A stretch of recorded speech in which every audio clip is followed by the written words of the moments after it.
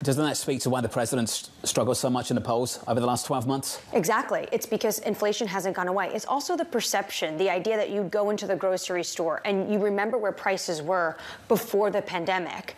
Prices are not going down to that level. It's the rate of change that's coming down. And that is something that is very hard politically to communicate. TK would talk about this a lot. The cumulative inflation of the last 4 years, that's still a bill that people are struggling with. It's something like 25% for certain things. When you go out to eat, think about how much higher the bill is now.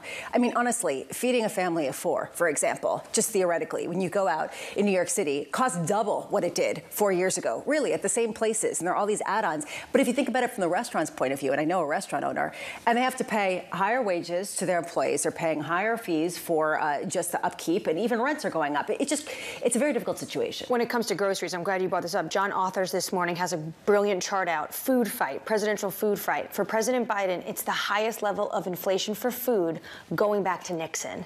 This is where politics and where the healthy economy really get difficult ahead of November. Have you noticed the inverse correlation between services and prices? Have you noticed that sort of price up, service down? Yeah. You've witnessed that too? Yeah, well, it's not just a New York thing, that. No, it's not. It's also well, I don't really want to go there, but yeah. And then they add the service, Yeah, anyway. and then you have to pay the tip at the end, like this sort of suggested. Well, it's already included. Sort of heavily suggested. Heavily suggested. I don't know what to do with that. When you, like, get a coffee and they make it, then I feel like it's important to tip. Can I just say this?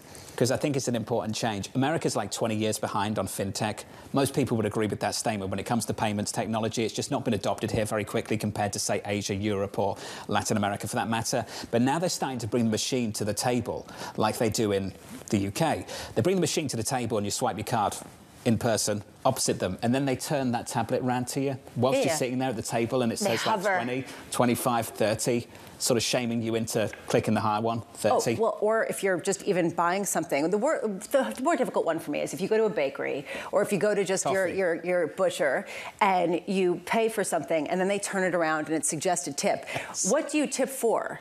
If they just get something from the counter and they give it to you, do you tip for that? Apparently. Or do you not? And then do you suggest a tip and then is it offensive to them? I mean, there are lots of like psychological guilt sort of aspects to this transaction. It gets shamed into it, Bramo. I'm a good tipper anyway. I'd like to think I am. I've adopted that sort of American approach to tipping. It's very American. I'm aware. But do you tip for just buying, say, a health bar? I'll give $1 for something like that to get a coffee or something. That seems to be like baseline. Yeah. Does that make sense? That's exactly. $1 or something, which works out at about 20%.